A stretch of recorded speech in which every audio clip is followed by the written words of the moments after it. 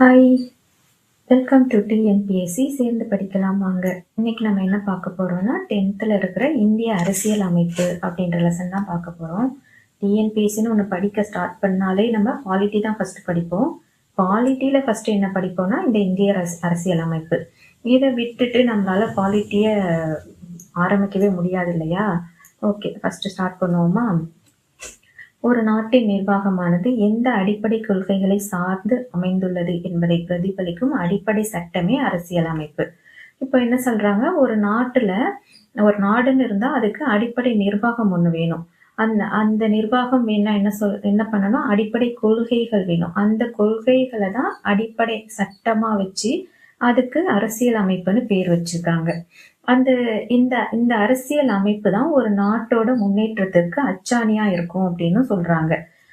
இதுல அரசின் நிறுவன கட்டமைப்பு பல்வேறு துறைகள் மற்றும் மத்திய மாநில அரசுகளுக்கிடையே அதிகாரத்தை பகிர்ந்தளிக்கும் கட்டமைப்புடன் அரசியல் அமைப்பு சம்பந்தப்பட்டுள்ளது. அதாவது என்ன சொல்றாங்கன்னா, இந்த அடிப்படை சட்டம் என்ன பண்ணுதா, இப்போ நம்ம நாடு மத்திய அரசு மாநில அரசுன்னு ரெண்டா இருக்கு நமக்கு தெரியும்.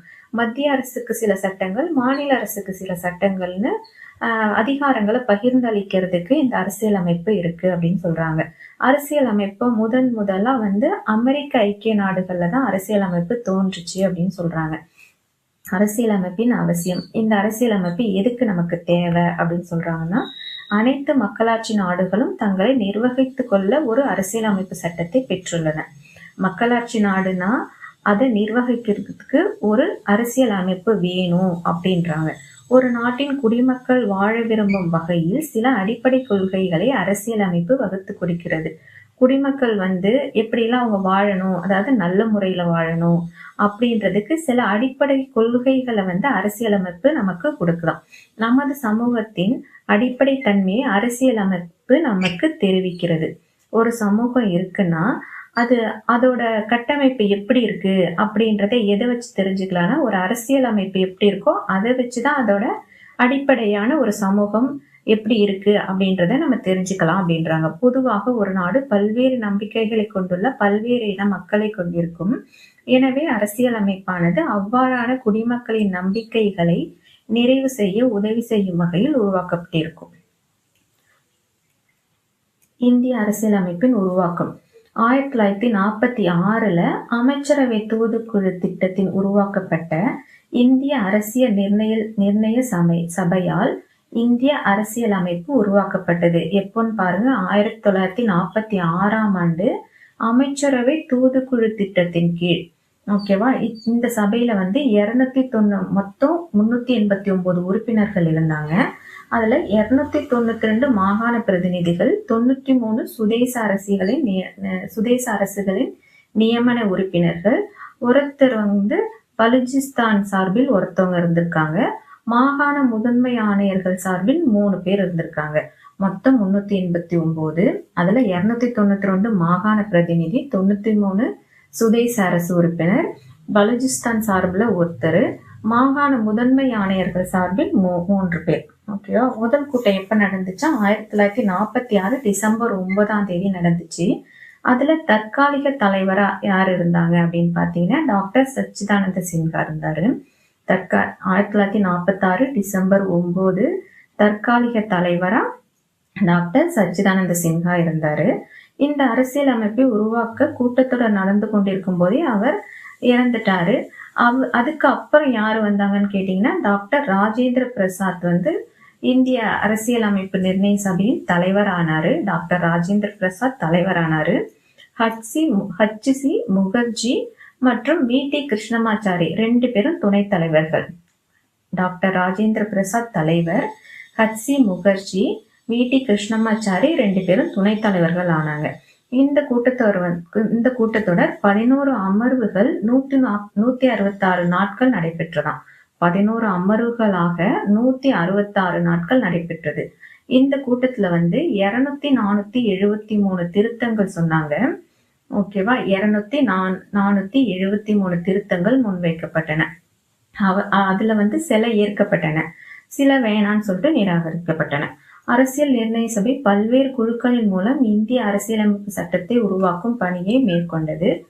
இதுல நிறைய மைனர் குழு, மைனர் கமிட்டி, மேஜர் கமிட்டின்னு இருக்கு, ரெண்டா இருக்கு. அதெல்லாம் வந்து 11th 12th புக்ல கொடுத்துருக்காங்க. அதை அப்புறம் பொறுமையா பார்ப்போம்.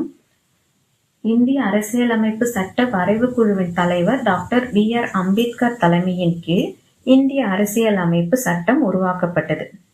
எனவே இவர் இந்திய அரசியலமைப்பின் தந்தை என அறியப்பட்டார். இந்திய அரசியலமைப்பு சட்ட வரைவு குழு, அதாவது டிராஃப்டிங் கமிட்டியோட தலைவர் யாரு? Doctor B.R. அம்பேத்கர். அதனால்தான் இவங்களை நம்ம இந்திய அரசியலமைப்பின் தந்தை அப்படின்னு சொல்றோம். இந்திய அரசியலமைப்பு சட்டம் எழுதப்பட்ட பின்னர் பொதுமக்கள், பத்திரிகைகள், மாகாண சட்டமன்றங்கள் மற்றும் பலரால் விவாதிக்கப்பட்டது. இதுல இறுதியா ஒரு முகவுரை, 22 பாகங்கள், 395 சட்டப்பிரிவுகள், 8 அட்டவணைகளை கொண்ட இந்திய அரசியலமைப்பு 1949ஆம் ஆண்டு நவம்பர் 26ஆம் நாள் ஏற்றுக்கொள்ளப்பட்டது. 1950ஆம் ஆண்டு ஜனவரி 26 இந்திய அரசியலமைப்பு சட்டம் நடைமுறைக்கு வந்தது. இந்த நடைமுறைக்கு வந்தனாலதான் நம்ம குடியரசு தினமா கொண்டாடுறோம் அப்படின்னு நமக்கு தெரியும் இல்லையா? எதுன்னு பாருங்க. முகவுரை 1, 22 பாகங்கள், 395 சட்டப்பிரிவுகள், 8 அட்டவணை. இது என்னைக்கு ஏற்றுக்கொள்ளப்பட்டது? 1949 நவம்பர் 26 ஏற்றுக்கொள்ளப்பட்டு 1950 ஜனவரி 26 இந்திய அரசியலமைப்பு சட்டம் நடைமுறைக்கு வந்தது. ஓகேவா? இதைத்தான் நம்ம குடியரசு தினமா கொண்டாடுறோம். இப்ப பாருங்க, பாக்ஸ் பாயிண்ட். பிரேம் பெஹாரி நரேன் ரைடஜா என்பவரால் இந்திய அரசியலமைப்பு சட்டம் இத்தாலிய பாணியில் அவரது கைப்பட எழுதப்பட்டது. இத்தாலிய பாணியில் யாரு எழுதுறதுன்னு கேட்பாங்க. பிரேம் பெஹாரி நரேன் ரைடஜா வந்து இத்தாலிய பாணியில அரசியலமைப்பை எழுதியிருக்காராம். இந்திய அரசியலமைப்பு சட்டத்தின் சிறப்பு கூறுகள் ரொம்ப நீளமானது அப்படின்னு நமக்கு தெரியும். மிக நீளமானது. உலகில் எழுதப்பட்ட அனைத்து அரசியலமைப்புகளை விட இந்திய அரசியலமைப்பு தான் நீளமானது. இதன் பெரும்பான்மையான கருத்துக்கள் பல்வேறு நாடுகளின் அரசியலமைப்பிலிருந்து பெறப்பட்டவை. அதாவது பல நாடுகளை இன்ஸ்பிரேஷனா வச்சுதான் நம்ம நாட்டோட அரசியலமைப்பு சட்டம் எழுதப்பட்டிருக்கு. இது நெகிழும் தன்மை, நெகிழாத்தன்மை ரெண்டுமே கொண்டது. கூட்டாட்சி முறை அரசாங்கத்தை ஏற்படுத்துகிறது. அதாவது மத்திய மாநில அப்படின்னு 2 அரசாங்கம் இருக்கு இல்லையா? கூட்டாட்சி அரசாங்கம் ஏற்படுத்துகிறது. மத்தியில் மட்டுமல்லாமல் மாநிலங்களும் நாடாளுமன்ற முறையை தோற்றுவிக்கிறது. இப்ப சென்ட்ரல்ல மட்டும்தான் பார்லிமெண்ட் இருக்கு அப்படின்னு பாத்தீங்கன்னா அப்படி கிடையாது. அதே நம்ம தமிழ்நாட்டிலயும் இருக்கு இல்லையா? ஒவ்வொரு மாநிலத்திலயும் இருக்கு, சட்டமன்றம் இருக்கு இல்லையா? மத்தியில் மட்டுமல்லாமல் மாநிலங்களிலும் நாடாளுமன்ற முறையை தோற்றுவிக்கிறது. இந்தியாவை சமய சார்பற்ற நாடாக்குகிறது. சுதந்திரமான நீதித்துறையை வழங்குகிறது. 18 வயசுக்கு மேல இருக்கிறவங்க, 18 வயசு அடைஞ்சவங்க வாக்குரிமை உண்டு அப்படின்னு நம்ம அரசியலமைப்பு சொல்லுது. ஒற்றை குடியுரிமையை வழங்குகிறது. சிறுபான்மையர், பட்டியல் இனத்தவர், பழங்குடியினர் ஆகியோருக்கு சிறப்பு விதிகள் மூலம் சலுகைகள் வழங்க வகை செய்கிறது. இதுல இப்ப எப்படி கேட்பாங்கன்னா, இந்திய அரசியலமைப்பு சட்டத்தின் சிறப்பு கூறுகள் என்னென்ன அப்படின்னு சொல்லிட்டு ஒரு 4 பாயிண்ட் கொடுத்து அதுல இல்லாதது ஒண்ணு கொடுத்து மார்க் பண்ண சொல்லுவாங்க. எது இல்ல அப்படின்னு சொல்லி கேட்பாங்க. ஓகேவா? நெக்ஸ்ட் முகவுரை. முகவுரை என்ற சொல் அரசியலமைப்பிற்கு அறிமுகம் அல்லது முன்னுரை என்பதை குறிக்கிறது. முகவுரைனா என்ன? அரசியலமைப்புக்கு ஒரு அறிமுகம் அல்லது முன்னுரையா. இது அரசியலமைப்பின் அடிப்படை கொள்கைகள். அதாவது இப்போ நம்ம ஒரு இன்டெக்ஸ் பேஜ் அதை ஓபன் பண்ணனா என்ன இருக்கும்? அந்த புக்குக்குள்ள ஓபன் பண்ணா என்னெல்லாம் இருக்குமோ அதெல்லாம் சுருக்கமா முன்னாடி ஒரு பேஜ் போட்டு எழுதியிருப்போம் இல்லையா? அதுதான் சொல்றாங்க. இதுல இந்த அரசியல் அமைப்புல வந்து அடிப்படை கொள்கைகள் என்ன, நோக்கங்கள் என்ன, அதோட லட்சியங்கள் என்னென்ன அப்படின்றத உள்ளடக்கியதான் ஒரு முகவுரையா இருக்கும் அப்படின்றாங்க. இது அரசியல் அமைப்பின் சுருக்கம் அல்லது சாராம்சத்தை கொண்டுள்ளது. இது பெரும் மதிப்புடன் அரசியல் அமைப்பின் திறவுகோல் என குறிக்கப்படுகிறது. முகவுரை என்னன்னு சொல்றாங்க? அரசியல் அமைப்பின் திறவுகோல் அப்படின்னு சொல்றாங்க. 1947 ஜனவரி 2ஆம் நாள் 1947 ஜனவரி 2ஆம் நாள் அரசியல் நிர்ணய சபையால் ஏற்றுக்கொள்ளப்பட்ட ஜவஹர்லால் நேருவின் குறிக்கோள் தீர்மானத்தின் அடிப்படையில் இந்திய அரசியலமைப்பின் முகவுரை அமைந்துள்ளது. 1947 ஜனவரி 2 அரசியல் நிர்ணய சபையால் ஏற்றுக்கொள்ளப்பட்ட ஜவஹர்லால் நேரோட குறிக்கோள் தீர்மானத்தின் அடிப்படையில் தான் இந்திய அரசியலமைப்பின் முகவுரை அமைந்துள்ளது. முகவுரையானது 1976ஆம் ஆண்டு ஒரே ஒரு முறை திருத்தப்பட்டிருக்கு. அது எப்பன்னு கேட்டீங்கன்னா 1976 42வது அரசியலமைப்பு சட்ட திருத்தத்தின்படி திருத்தப்பட்டது. அதன்படி சமதர்மம், சமய சார்பின்மை, ஒருமைப்பாடு என்ற 3 புதிய சொற்கள் சேர்க்கப்பட்டன. அதுல என்னென்ன சேர்த்தாங்க? 1976 42வது சட்ட திருத்தம் படி திருத்தப்பட்டது. என்னென்ன சேர்த்தாங்கன்னு பாருங்க. சமதர்மம், சமய சார்பின்மை, ஒருமைப்பாடு என 3 சொற்கள் சேர்க்கப்பட்டன. இந்திய மக்களாகிய நாம் என்ற சொற்களுடன் இந்த முகவுரை தொடங்குது. இது இந்திய அரசியலமைப்பு தன்னோட அதிகாரத்தை யார்கிட்ட இருந்து பெறப்படுது அப்படின்னு கேட்டீங்கன்னா மக்களிடமிருந்து தான் பெறப்படுகிறது அப்படின்றத இந்த முகவுரை தெளிவா சொல்லலாம். இதுல இருந்து இந்திய மக்கள் இந்திய அரசியலமைப்பின் ஆதாரம் என நான் கூற முடியும்.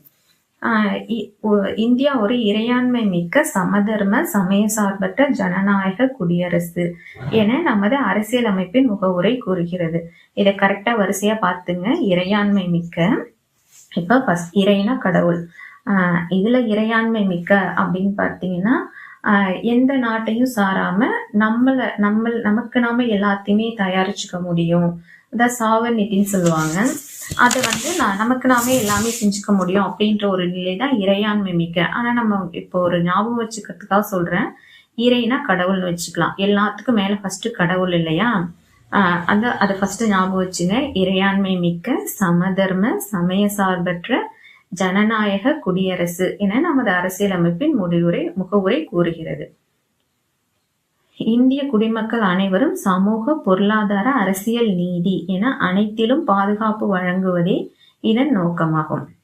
இந்திய மக்கள் அனைவருக்கும் சுதந்திரமாக சிந்தித்தல், உணர்வுகளை வெளிப்படுத்தல், நம்பிக்கை, சமய வழிபாடு இந்த எல்லாத்திலையும் சுதந்திரமா செயல்பட இந்திய அரசியலமைப்பு ஒரு உத்தரவாதம் அளிக்கிறதாம். தகுதி, வாய்ப்பு ஆகியவற்றில் அனைவருக்கும் சமத்துவத்தை அளிக்கிறது. இந்தியர்களிடையே சகோதரத்துவத்தை வளர்க்கவும் இது ஊக்கமளிக்கிறது. 1789 ஆண்டு பிரெஞ்சு புரட்சியின் போது சுதந்திரம், சமத்துவம், சகோதரத்துவம் ஆகியன முக்கிய முழக்கங்கள் ஆயின. 1789ஆம் ஆண்டு பிரெஞ்சு புரட்சி அப்போ என்னென்னு பாருங்க. சுதந்திரம், சமத்துவம், சகோதரத்துவம் ஆகியன முக்கிய முழக்கங்கள் ஆயின. இந்திய அரசியலமைப்பின் முகவுரையில் இவற்றிற்கு முக்கியத்துவம் தரப்பட்டுள்ளது. நெக்ஸ்ட் குடியுரிமை. சிட்டிசன் அப்படின்ற வேர்டு எதுல இருந்து எடுத்தாங்க? லத்தீன் சொல்லல. லத்தீன்ல இருக்கிற சிவிஸ் அப்படின்ற சொல்ல இருந்து உருவாக்கப்பட்டதான் சிட்டிசன். லத்தீன் மொழி சிவிஸ். அதுக்கு என்ன பொருள்னு பாருங்க. நகர அரசில் வசிப்பவர்.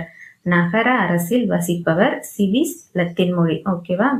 இது இந்த குடியுரிமை பத்தி எந்த பார்ட் சொல்லுது? பாகம் 2 part 2 article 5 to 11. Part 2 5 to 11. குடியுரிமை சட்டம் 1955. இந்திய அரசியலமைப்பு நடைமுறைக்கு வந்த பின்பு 1955 இயற்றப்பட்ட குடியுரிமை சட்டம் குடியுரிமை பெறுதல் மற்றும் குடியுரிமை இழத்தல் ஆகியன பற்றி விளக்குகிறது. குடியுரிமை சட்டம் 1955 இதெல்லாம் என்னென்ன சொல்லுது? குடியுரிமை எப்படி வாங்கலாம், குடியுரிமை எப்படி இழக்கலாம் அப்படின்ற வழிகளை சொல்லுது. குடியுரிமையை 5 முறையில வாங்கலாம். அதே மாதிரி இழத்தல் 3 முறையில இழக்கலாம். ஓகேவா? முதலில் இக்குடியுரிமை சட்டம் காமன்வெல்த் குடியுரிமையை வழங்கியது. ஆனால் 2003ஆம் ஆண்டு அரசியலமைப்பு சட்ட திருத்தத்தின்படி இம்முரிமை நீக்கப்பட்டது. 2003ஆம் ஆண்டு நீக்கப்பட்டது. குடியுரிமை பெறுதல். குடியுரிமை சட்டம் 1955 குடியுரிமை பெற 5 வழிகளை பரிந்துரை செய்கிறது. அவை பிறப்பு, வம்சாவளி, பதிவு செய்தல், இயல்புரிமை, பிரதேச இணைவு ஆகியவை. ஓகேவா? பிறப்பின் மூலம் எப்படின்னு பாருங்க. 1950 ஜனவரி 26 அன்னைக்கு, அப்படி இல்லைன்னா அதற்கு அப்புறம் இந்தியாவில் பிறந்த அனைவருமே இந்திய குடிமக்கள் தானா. பிறப்பின் மூலம் 1950 ஜனவரி 26 அன்னைக்கு, அப்படி இல்லைன்னா அதுக்கு அப்புறம், அதுக்கு முன்னாடி கூட கிடையாது. ஜனவரி 26 1950 அன்னைக்கு, அதுக்கு அப்புறம் பிறந்த எல்லாருமே இந்திய குடிமக்கள் தான் அப்படின்றாங்க. நெக்ஸ்ட் வம்சாவளி. 1950 ஜனவரி 26 அன்னைக்கு, அதுக்கப்புறம் பிறந்த அதுக்கப்புறம் வெளிநாட்டுல பிறந்த அதாவது 1950 ஜனவரி 26 அன்னைக்கு ஒருத்தவங்க பிறக்குறாங்க. அவங்க வெளிநாட்டுல பிறந்த ஒருவரின் தந்தை அவர் பிறந்த போது இந்திய குடிமகனாக இருக்கும் பட்சத்தில், ஆக்சுவலா அவர் வந்து வெளிநாட்டுல பிறக்கிறாரு. ஆனா அவரோட அப்பா வந்து நம்ம இந்திய குடிமகனா இருக்காரு அப்படின்னா, அவருக்கும் வந்து வம்சாவளி மூலம் அவரும் ஒரு இந்திய குடியுரிமை பெற்றுக்கலாம் அப்படின்றாங்க. பதிவின் மூலம். ஒருத்தருக்கு இந்திய குடியுரிமை வேணும் அப்படின்னா பதிவு செஞ்சும் அந்த இந்திய குடியுரிமையை வாங்கிக்கலாமா. நெக்ஸ்ட் இயல்புரிமை மூலம் ஒரு வெளிநாட்டவர் வந்து நம்ம ஃபாரினர் வந்து நமக்கு நானும் இந்தியன் சிட்டிசன் ஆகணும் அப்படின்னு ஆசைப்பட்டார்னா இயல்புரிமை கூறி விண்ணப்பிப்பதன் மூலம் அவர் இந்திய குடியுரிமையை பெறலாம். பிரதேச நாடுகள் இணைவு. சில நாடுகள் வந்து இப்ப இந்தியா கூட வந்து தன்னால இணையறாங்க, வாசப்பட்டு இணையறாங்க. அப்படி இல்லைன்னா ஒரு வார் மூலம் இணையறாங்க. வார் மூலம் அந்த நாட்டை நம்ம வின் பண்ணிட்டோம் அப்படின்னா அது மூலமா இணையறாங்க அப்படின்னாலும் அவங்க தானாவே இந்திய குடிமக்களா கருதப்படும். குடியுரிமை இழத்தல் வந்து 3 முறையில இழக்கலாம். எதுல துரத்தல், குடியுரிமை துரத்தல், முடிவுறச் செய்தல், இழத்தல் என பின்வரும் 3 வழிகளில் இழப்பார். ஒரு குடிமகன் தானே முன் வந்து எனக்கு இந்திய குடியுரிமை வேணாம் அப்படின்னு சொன்னாங்கன்னா தாமா முன் வந்து இழக்கலாம். அதே மாதிரி வேற ஒரு நாட்டுல போய் இப்ப யூஎஸ் போறோம், யூஎஸ் சிட்டிசனா அவங்க ஒரு சிட்டிசன்ஷிப் வாங்கிட்டாங்க அப்படின்னா இந்தியன் சிட்டிசன்ஷிப் தானாவே முடிவுக்கு வந்துடும். அப்புறம் இயல்புரிமையின் மூலம் இங்க பாருங்க, அதாவது ஒரு வெளிநாட்டவர் வந்து இயல்புரிமை கோரி அவங்க இந்தியன் சிட்டிசன்ஷிப் வாங்குறாங்க. அவங்க வாங்கினதுக்கு அப்புறம் அவங்க வந்து எதிரி நாட்டோட வணிகம் செய்யறாங்க. அப்படி இல்லைன்னா 2 ஆண்டு காலத்துக்கு சிறை தண்டனை பெற்றிருக்காங்க. அப்படி இல்லைன்னா ஃப்ராடு தனம் பண்ணி இந்த இந்தியன் சிட்டிசன்ஷிப்பை வாங்கியிருக்காங்க அப்படின்னாலும் அவங்களோட குடியுரிமை தானா ரத்து செய்யப்படும். ஓகேவா. நெக்ஸ்ட் அடிப்படை உரிமை. இந்திய அரசியலமைப்பு சட்டம் பகுதி 3 ஆர்டிகல் 12 35 வரை அடிப்படை உரிமையை பத்தி சொல்லுது. பகுதி 3 12 35 வரை. ஓகேவா. நெக்ஸ்ட் அரசியலமைப்பு உருவாக்கியவர் இந்த அடிப்படை உரிமைகளை அமெரிக்க ஐக்கிய நாடுகளின் அரசியலமைப்புல அடிப்படை உரிமையில் தாக்கத்தால் உருவாக்கினார்கள். இது எங்கிருந்து இன்ஸ்பிரேஷனா எடுத்திருக்காங்க? அமெரிக்க ஐக்கிய நாடுகள் USA இருந்து எடுத்திருக்காங்க. ஃபர்ஸ்ட் 7 அடிப்படை உரிமை இருந்துச்சு. அதுக்கப்புறம் 6 இப்போதைக்கு 6 அடிப்படை உரிமைகள் மட்டும்தான் இருக்கு. ஓகேவா. இது வந்து இந்தியாவின் மகா சாசனம் அப்படின்னு சொல்றாங்க. இத அடிப்படை உரிமைகளை இந்தியாவின் மகா சாசனம் பார்ட் 3 வந்து இந்தியாவின் மகா சாசனம் அப்படின்னு சொல்றாங்க.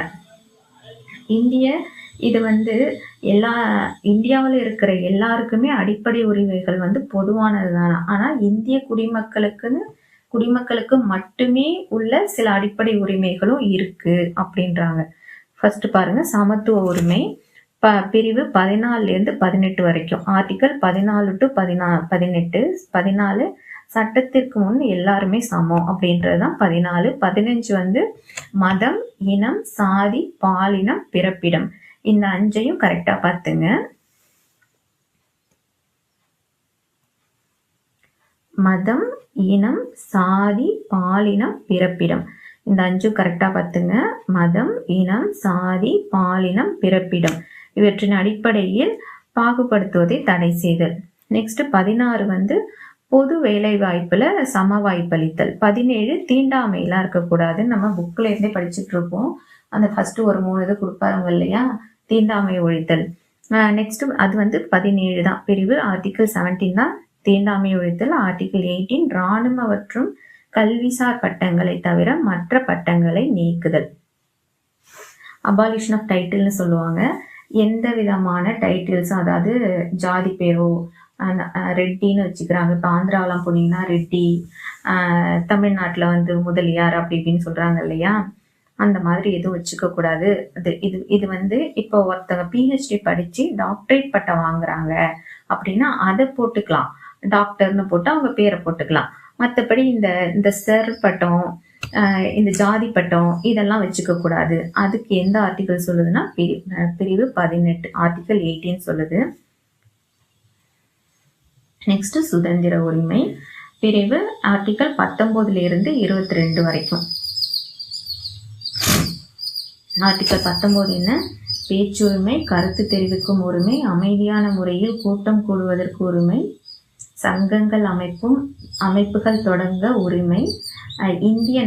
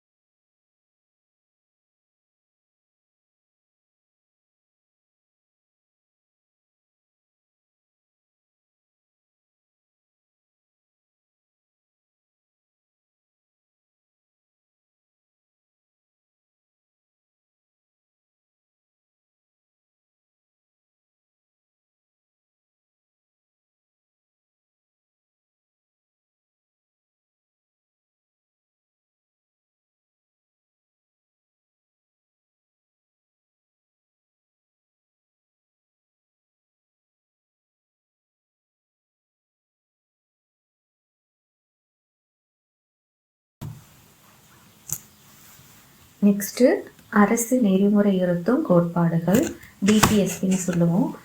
பகுதி 4 ஆர்டிக்கிள் 36லிருந்து 51 வரைக்கும். இதை வந்து 3 பிரிவுகளாக பிரிக்கலாம். சமதர்மம், காந்தியம் மற்றும் தாராள அறிவு சார்ந்தவை அப்படின்னு 3ஆ பிரிக்கலாம். இதில் வந்து இந்த அரசு நெறிமுறையுறுத்தும் கோட்பாடுகளில் எதுவும் நமக்கு செய்யலை அப்படின்னா நம்ம இதை வந்து நம்ம நீதிமன்றத்திட்ட போய் சொல்ல முடியாது. அதாவது ஃபண்டமெண்டல் ரைட்ஸ் மாதிரி நம்ம கோர்ட்டில் போய் நின்று எனக்கு இதை வாங்கி கொடுங்க, எனக்கு இது நடக்கலை, எனக்கு இப்போது ஃபண்டமெண்டல் ரைட்ஸ் வந்து நமக்கு ஒன்று கிடைக்கல அப்படின்னா, இப்போ ஒரு தீண்டாமை நடக்குது நமக்குன்னா அதை போய் நம்ம கோர்ட்டில் சொல்லி நமக்கு அதை சரி பண்ணிக்கலாம். ஆனால் இந்த டிபிஎஸ்பி அந்த மாதிரி பண்ண முடியாது, நீதிமன்றத்தால் வலுக்கட்டாயமாக செயல்படுத்த முடியாது அப்படின்றாங்க. ஆனால் என்ன சொல்கிறாங்கன்னா, இந்த டிபிஎஸ்பியை மனசில் வச்சு கொள்கைகளை நம்ம வரையறுத்தா அது சமூகத்துக்கு நல்லது அப்படின்னு சொல்கிறாங்க. இந்திய அரசியலமைப்பின் புதுமையான சிறப்பம்சம் அப்படின்னு டாக்டர் BR அம்பேத்கர் சொல்லியிருக்காரு. யார் சொல்லியிருக்காரு, என்ன சொல்லியிருக்காரு, எதை சொல்லியிருக்காருன்னு கரெக்டாக பார்த்துங்க. டிபிஎஸ்பியை, அதாவது அரசு நெறிமுறையுறுத்தும் கோட்பாடுகளை டாக்டர் BR அம்பேத்கர் வந்து புதுமையான சிறப்பம்சம் அப்படின்னு சொல்லியிருக்காரு. 2002 86வது அமெண்ட்மெண்ட் படி பிரிவு 45 திருத்தப்பட்டு 21A ஃபண்டமெண்டல் ரைட்ஸில் 21A பார்த்தோம்ல, தொடக்க கல்வி அடிப்படை உரிமையாக சேர்க்கப்பட்டுள்ளது. பிரிவு 45 திருத்தப்பட்டு இதில் 86வது சட்ட திருத்தம் 2002 பிரிவு 45 திருத்தப்பட்டு பிரிவு 21Aவை சேர்த்திருக்காங்க. பிரிவு 21A என்ன, தொடக்க கல்வி அடிப்படை உரிமையாக சேர்க்கப்பட்டுள்ளது. இந்த திருத்தம் மாநில அரசுகள் முன்பருவ மழலையர் கல்வியை early childhood care and education 6 வயது வரையுள்ள குழந்தைகளுக்கு வழங்க அறிவுறுத்துகிறது. நெக்ஸ்ட்டு டிபிஎஸ்பிக்கும் ஃபண்டமெண்டல் ரைட்ஸ்க்கும் உள்ள டிஃப்ரென்ஸ் என்னன்னு பார்ப்போம். அடிப்படை உரிமைகள், அரசு நெறிமுறையுறுத்தும் கோட்பாடுகள், இவை அமெரிக்க ஐக்கிய நாடுகள், அதாவது ரைட்ஸ் வந்து அமெரிக்காவிலேருந்து எடுத்திருக்கோம், டிபிஎஸ்பி அயர்லாந்துலேருந்து எடுத்திருக்கோம். நெக்ஸ்ட்டு இதை வந்து அடிப்படை உரிமையை வந்து சுருக்கவோ நீக்கவோ முடியாது, அது அப்படியே தான் இருக்கும். ஆனால் வந்து அரசு நெறிமுறையுறுத்தும் கோட்பாடுகள் வந்து இவை அரசுக்கு கூறும் ஒரு அறிவுறுத்தல் தான். இதை வந்து நீங்கள் கட்டாயமாக செய்யுங்க, ஃபண்டமெண்டல் ரைட்ஸ் மாதிரி நீங்கள் கட்டாயமாக செஞ்சே ஆகணும் அப்படின்னு சொல்கிறோம் இல்லையா அரசுக்கு. ஆனால் இதை வந்து அப்படிலாம் சொல்ல முடியாது. இது இந்த மாதிரி நீங்கள் பண்ணினா நல்லாயிருக்கும் அப்படின்னு ஒரு அட்வைஸ் தான் கொடுக்கலாம் அப்படின்றாங்க. இவற்றை நீதிமன்ற சட்டத்தால் செயல்படுத்த முடியும். அதான் முன்னாடியே பார்த்தோம் இல்லையா, நமக்கு ஏதாவது கிடைக்கல அப்படின்னா, ஃபண்டமெண்டல் ரைட்ஸ் நமக்கு கிடைக்கல அப்படின்னா கோர்ட்டுக்கு போய் நம்ம அதை வாங்கிக்கலாம்.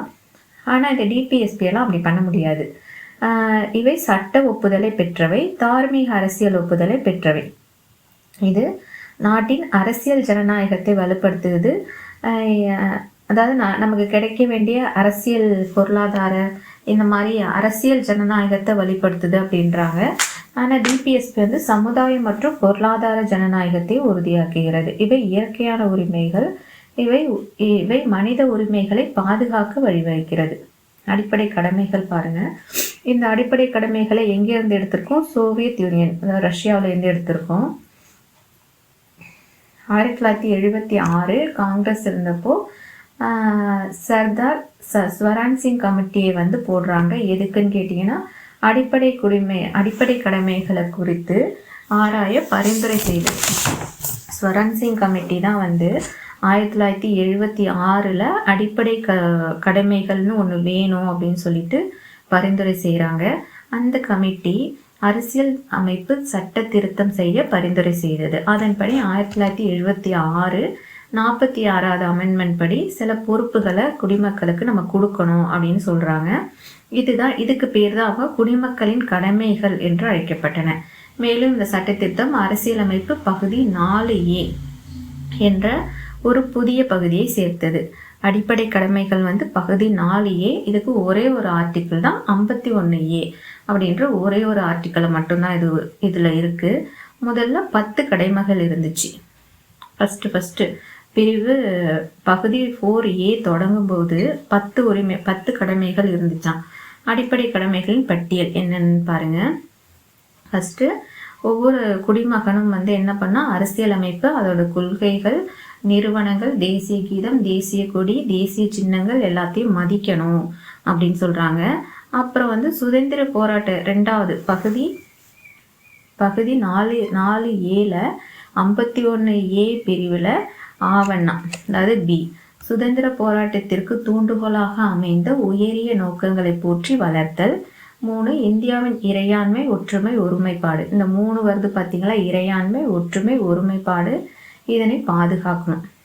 4, தேச பாதுகாப்பிற்காக தேவைப்படும் பொழுது தேச பணியாற்ற தயாராக இருத்தல். நெக்ஸ்ட், சமய, மொழி மற்றும் பிராந்திய அல்லது பகுதி சார்ந்த வேறுபாடுகளை மறந்து பெண்களை தரக்குறைவாக நடத்தும் பழக்கத்தை நிராகரித்து பெண்களின் கண்ணியத்தை காக்கும் எண்ணங்களை மேம்படுத்தி இந்திய மக்கள் அனைவரிடம் சகோதரத்துவத்தை வளர்த்தல்.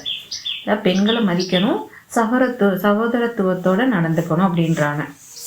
நமது உயர்ந்த பாரம்பரிய கலப்பு கலாச்சாரத்தை மதித்தல். காடுகள், ஏரிகள், ஆறுகள், வனவிலங்குகள் மற்றும் உயிரினங்கள் அடங்கிய இயற்கை சுற்றுச்சூழலை பாதுகாத்து மேம்படுத்தி அவை வாழும் சூழலை ஏற்படுத்துதல். 8, இந்த 8 அடிக்கடி கேட்டுட்டே இருப்பாங்க. அறிவியல் கோட்பாடு, மனிதநேயம், ஆராய்ச்சி, மனப்பான்மை மற்றும் சீர்திருத்தம் ஆகியவற்றை வளர்த்தல். அறிவியல் கோட்பாடு, மனிதநேயம், ஆராய்ச்சி, மனப்பான்மை மற்றும் சீர்திருத்தம் ஆகியவற்றை வளர்த்தல். நெக்ஸ்ட் 9, வன்முறையை கைவிட்டு புது சொத்துக்களை பாதுகாத்தல்.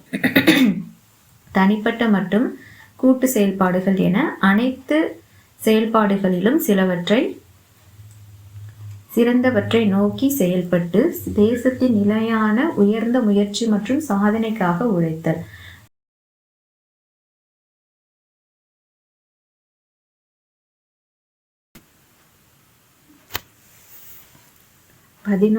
இது வந்து இப்போ புதுசாக சேர்த்துருக்காங்க. 6 முதல் 14 வயது வரையுள்ள குழந்தைகள் அனைவருக்கும் கல்வி பெறும் வாய்ப்பினை வழங்குதல். இது 86th அமெண்ட்மெண்ட் 2002 புதுசாக சேர்த்தாங்கன்னு முன்னாடியே பார்த்தோம் இல்லையா. இந்த பிரிவின் கீழ் அனைத்து இந்திய குடிமக்கள் அல்லது பெற்றோர் 6 முதல் 14 வயதுள்ள தங்கள் குழந்தைகள் அனைவருக்கும் கல்வி பெறும் வாய்ப்பினை ஏற்படுத்தி தர வேண்டும் அப்படின்றாங்க. நெக்ஸ்ட், மத்திய மாநில உறவுகள் பார்ப்போம். இந்திய அரசு கூட்டாட்சி முறையில் அமைந்திருக்கிறதுனால மத்திய மாநில அரசுகளுக்கு நடுவில் வந்து அதிகாரங்களை பிரித்து தரணும் அப்படின்னு சொல்லிட்டு அரசியலமைப்பு சொல்லுது. இதில் வந்து 3 தலைப்புகளில் இந்த அதிகாரங்களை பிரித்து தராங்க. என்னென்ன பார்த்தீங்கன்னா, சட்டமன்ற உறவுகள், நிர்வாக உறவுகள் மற்றும் நிதி உறவுகள். சட்டமன்ற உறவுகள் பார்ப்போம். மத்திய நாடாளுமன்றம் இந்தியா முழுவதற்கும் அல்லது இந்தியாவின் எந்த பகுதிக்கும் சட்டம் இயற்றும் அதிகாரம் பெற்றுள்ளது. அதாவது பார்லிமெண்ட் இருக்கு இல்லையா, அது வந்து இந்தியா ஃபுல்லாகவே அப்படி இல்லைன்னா இந்தியா முழுவதும் அல்லது இந்தியாவில் இருக்கிற எந்த பகுதிக்கு வேணாலும் அது சட்டம் இயற்றலாம். அதில் யூனியன் பிரதேசங்களும் அடங்கும் அப்படின்றாங்க. அரசியல் அமைப்போட 7வது அட்டவணை இந்த அட்டவணை பற்றி சொல்லுது. 7வது அட்டவணை என்னென்ன அதிகாரத்தை கொடுக்கலாம் அப்படின்னு சொல்றாங்க. மத்திய மாநில அரசுகளுக்கு இடையேயான அதிகார பகிர்வை பற்றி கூறுகிறது. அவை மத்திய பட்டியல், மானிய பட்டியல், பொதுப்பட்டியல் என 3 பட்டியல்களை முறையே 97, 66, 47. மத்திய பட்டியல் 97 அதிகாரங்கள் கொண்டிருக்கு. மாநில பட்டியல் 66, பொதுப்பட்டியல் 47. இப்போ அப்டேட் ஆயிருக்கு, அதையும் பார்த்துக்கணும். ஓகேவா. மத்திய அரசுக்கு சொந்தமான பட்டியலில் சட்டம் இயற்றும் பிரத்யேக அதிகாரத்தை நாடாளுமன்றம் பெற்றுள்ளது. மாநில அரசுக்கு சொந்தமான பட்டியலில் மாநில அரசு வந்து அவங்களுக்கு என்னென்ன சட்டம் வேணுமோ அதை இயற்றிக்கலாம் அப்படின்னு சொல்லுது. இப்போ நாடாளுமன்றம் மற்றும் மாநில சட்டமன்றங்கள் ரெண்டுமே பொதுப்பட்டியலில் இருக்கிறதுல சட்டம் இயற்றலாம். ஆனால் இதில் வந்து மத்திய அரசுக்கும் மாநில அரசுக்கும் நடுவில் ஒரு கிளாஷ் வந்துச்சுன்னா அதில் யார் ஜெயிப்பாங்க, யாரோட சட்டம் வந்து முன்னாடி வரும் அப்படின்னு பார்த்தீங்கன்னா மத்திய அரசு தான் முன்னாடி வரும் அப்படின்றாங்க. மத்திய அரசு இயற்றும் சட்டமே இறுதியானது. தற்போது அதிகார பகிர்வு என்பது மத்திய அரசு பட்டியலில் 100 துறைகள், முன்னாடி 97ன்னு பார்த்தோம் இல்லையா, அது வந்து மத்திய அரசுல வந்து 100, மாநில அரசுல 61, இரண்டுக்கும் பொதுவான பட்டியலில் 52 துறைகள். 100, 61, 52. ஓகேவா. 1976 42nd அமெண்ட்மெண்ட் படி மாநில பட்டியலில் இருந்த 5 துறைகளை வந்து பொதுப்பட்டியலுக்கு மாற்றுறாங்க. மாநில பட்டியலில் 66 இருந்துச்சு இல்லையா, அதில் இருக்கிற 5 பொதுப்பட்டியலுக்கு மாற்றுறாங்க. அதான் 61 ஆயிடுச்சு பாருங்கள். 100, 61, 52. எதன்படி மாற்றுறாங்க? 1976 42nd அமெண்ட்மெண்ட் படி 5 துறைகளை பொதுப்பட்டியலுக்கு மாற்றிட்டாங்க. அது என்னென்னு பாருங்கள். கல்வி, காடுகள், எடைகள் மற்றும் அளவுகள், பறவைகள் மற்றும் வனவிலங்கு பாதுகாப்பு மற்றும் உச்ச நீதிமன்றம், உயர் நீதிமன்ற அமைப்புகளை தவிர பிற நீதிமன்றங்களின் நீதி நிர்வாக உறவுகள். ஒரு மாநில அரசின் நிர்வாக அதிகாரம் அதன் சொந்த மாநிலத்தில் மட்டுமே உள்ளது மற்றும் அம்மாநிலத்தில் மட்டுமே தனக்கான சட்டமியற்றும் தகுதியையும் பெற்றுள்ளது. அதே வேளையில் மத்திய அரசும் பிரத்யோக நிர்வாகம் அதிகாரம் பெற்றுள்ளது. அவை நாடாளுமன்றம் தொடர்பான விஷயங்களில் சட்டங்களை இயற்ற சிறப்பு அதிகாரம், மாநில அரசுகள் செய்து கொள்ளும் உடன்படிக்கை, ஒப்பந்தங்களை அங்கீகரிப்பது ஆகியனவாகும். இது மூணுத்தையும் கரெக்டாக பார்த்துக்கணும். நாடாளுமன்றம் தொடர்பான விஷயங்களில் சட்டங்களை இயற்றும் சிறப்பு அதிகாரம் மத்திய அரசுக்கு மட்டும்தான் இருக்குது. அதே மாதிரி மாநில அரசுகள் செய்து கொள்ளும் உடன்படிக்கை, இதுலேயும் மத்திய அரசு மட்டும்தான் முடிவு எடுக்கலாம். நெக்ஸ்ட்டு ஒப்பந்தங்களை அங்கீகரிப்பது ஆகியவனையாகும். 1969 மத்திய மாநில அரசுகளோட உறவுகள் குறித்து ஆராய தமிழக அரசு ஒரு கமிட்டி போடுறாங்க. டாக்டர் PV ராஜமன்னார் தலைமையில் ஒரு குழு ஒன்று அமைக்கிறாங்க. இது ஒரு மூவர் குழு. எப்போ? 1969 மத்திய மாநில அரசுகளின் உறவுகள் குறித்து ஆராய தமிழக அரசால் டாக்டர் PV ராஜமன்னார் தலைமையில் இது ஒரு மூவர் குழு. நீதி உறவுகள் பகுதி 12 சொல்லப்பட்டிருக்கு. நீதி உறவுகள் பகுதி 12 ஆர்டிகல் 268 இருந்து 293 வரைக்கும். 268 to 293.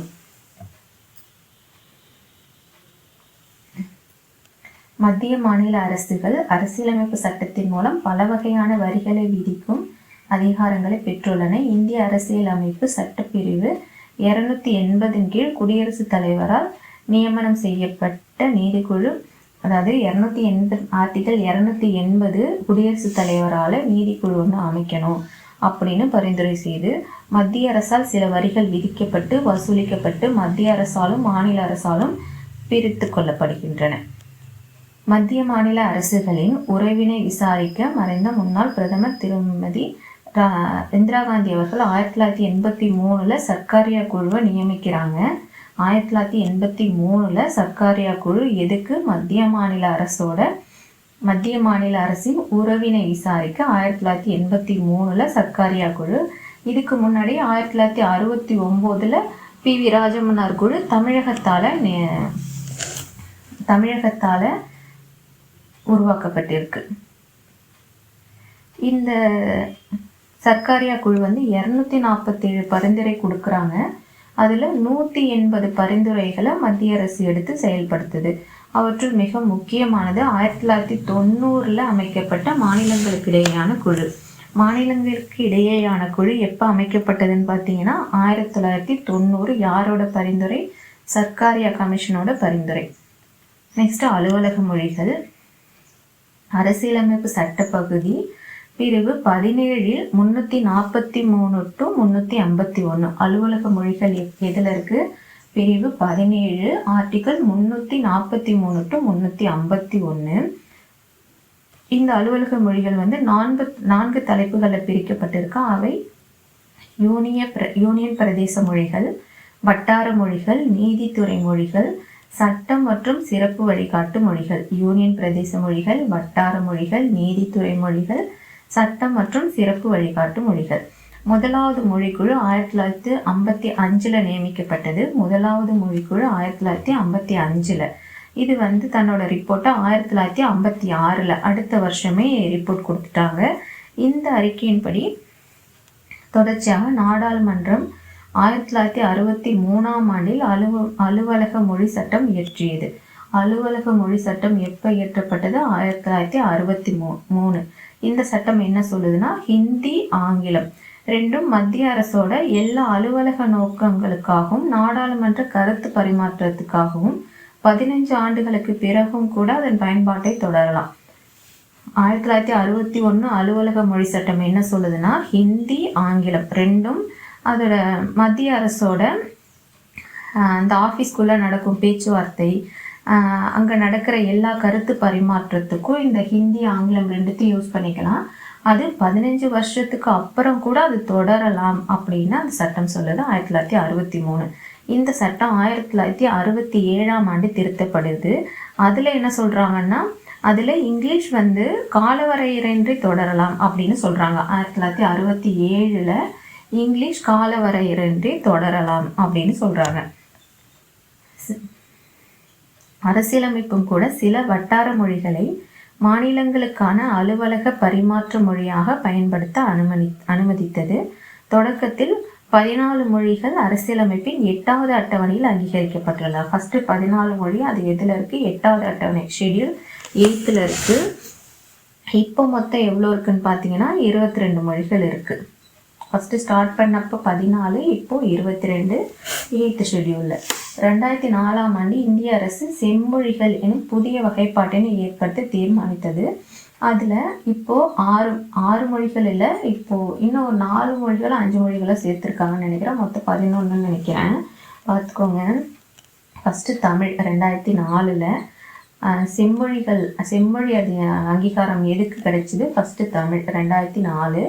அதுக்கப்புறம் 2005 சமஸ்கிருதம், 2008 தெலுங்கு கன்னடம் ரெண்டுமே 2008, மலையாளம் 2013, ஒடியா 2014.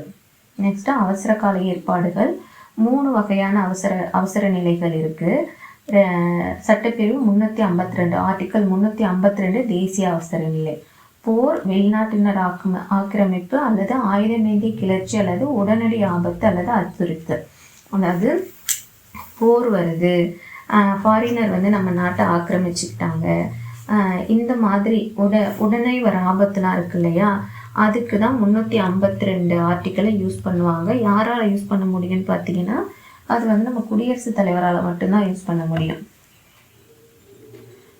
இது போர் அல்லது வெளிநாட்டினர் ஆக்கிரமிப்பு, இது ரெண்டும் வந்துச்சுன்னா ஒரு போர் நடக்குது, அப்படி இல்லைன்னா வெளிநாட்டினர் ஆக்கிரமிப்பு. இது ரெண்டுத்துக்கும் பேர் என்னன்னா வெளிப்புற அவசர நிலை.